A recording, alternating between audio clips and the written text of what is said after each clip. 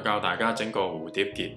首先我哋預備兩個同一大小嘅黏土先啦，跟住我哋就將佢左右兩邊搓成尖嘅形狀。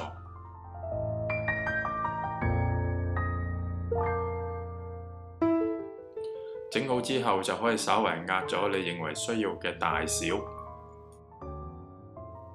咁想個蝴蝶呢個外形好睇啲，我哋兩塊呢都壓一條線上去啦。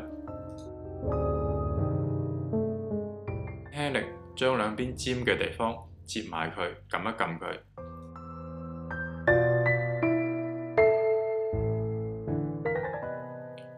跟住我哋就搓一條長方形嘅條子，係愛嚟呢整呢個中間嗰個部分嘅。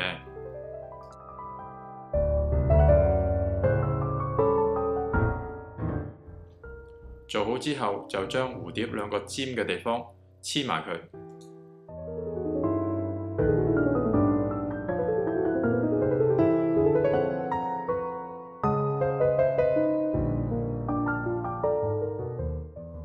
跟住將頭先嘅條子就綁住喺中間嘅地方，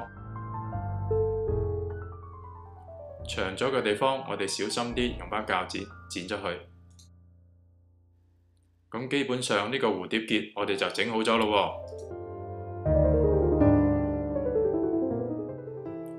跟住我想將個蝴蝶結再變化下，等佢再靚啲，咁呢我就會整多條絲帶上去。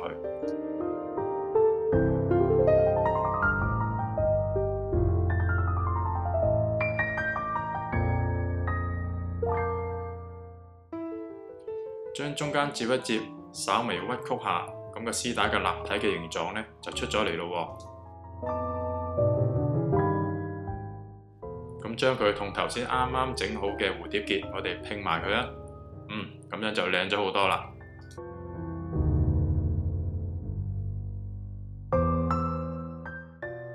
如果鍾意嘅話，我哋仲可以加啲比較閃閃亮嘅石仔上去啊，整出嚟都幾靚㗎。